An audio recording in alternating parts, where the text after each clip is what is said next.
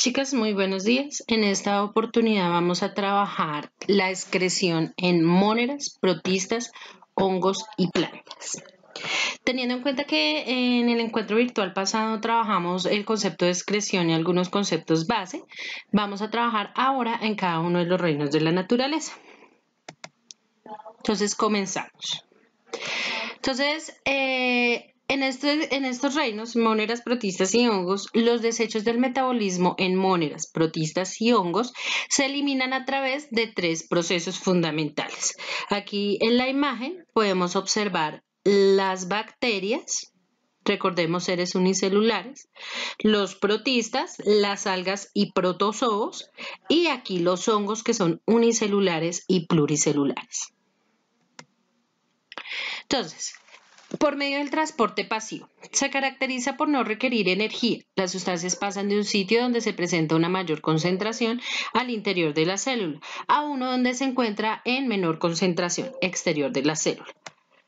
En esta imagen podemos apreciar los procesos que trabajábamos en el encuentro virtual pasado. Tenemos la difusión facilitada y la difusión pasiva o simple.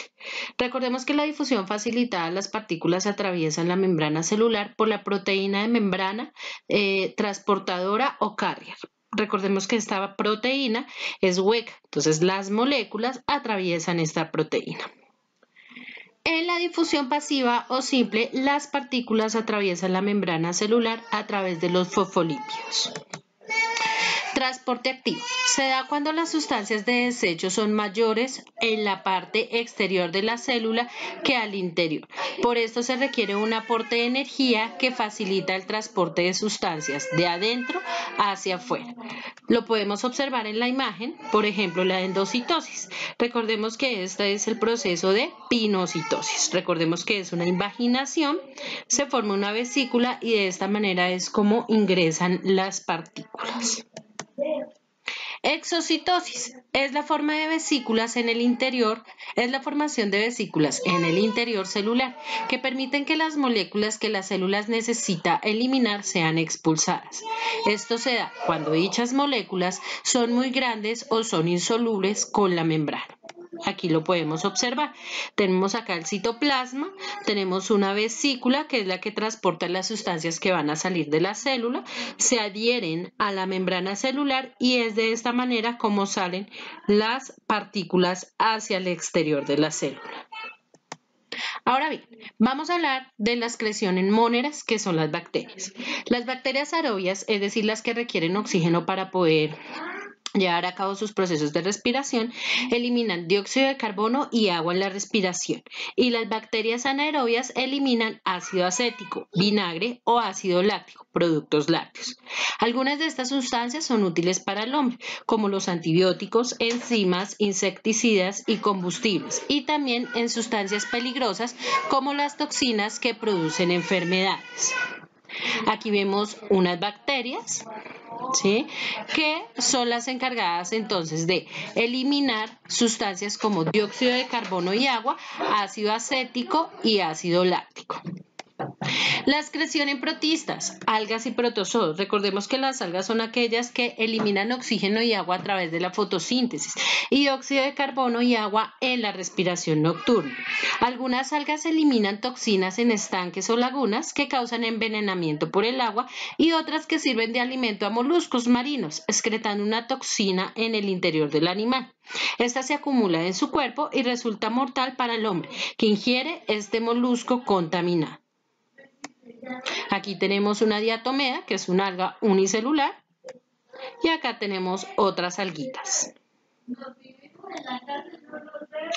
La excreción en los protozoos. Recordemos que los protozoos son protistas también unicelulares. Utilizan organelos especializados llamados vacuolas pulsátiles, que se localizan en el citoplasma y se fusionan con la membrana celular para desembocar en un poro excretor por donde expulsan agua, dióxido de carbono y restos de alimento en forma de cristal. Aquí tenemos el paramecio, que es un protista. La vacuola pulsátil es esta que ustedes pueden observar acá. Aquí se encuentra la vacuola pulsátil, que es un organelo que les permite excretar sustancias al exterior. En los hongos, entonces recordemos que los hongos son unicelulares y multicelulares. Producen compuestos útiles y nocivos para los seres humanos. Las levaduras, que son hongos unicelulares, eliminan alcohol etílico en la fermentación alcohólica, que es la base del vino y la cerveza. El etanol se utiliza como combustible, también vitaminas del complejo B y un compuesto llamado efedrina, que se utiliza para las alergias. Algunos hongos multicelulares eliminan agua, dióxido de carbono y también antibióticos como la penicilina. Otros hongos son los alucinógenos, que producen sustancias tóxicas, que son consumidas en grandes cantidades, producen envenenamiento. Aquí podemos observar entonces un hongo multicelular que elimina dióxido de carbono y agua. Y aquí podemos observar las levaduras que eliminan alcohol etílico, que es la base de las bebidas alcohólicas.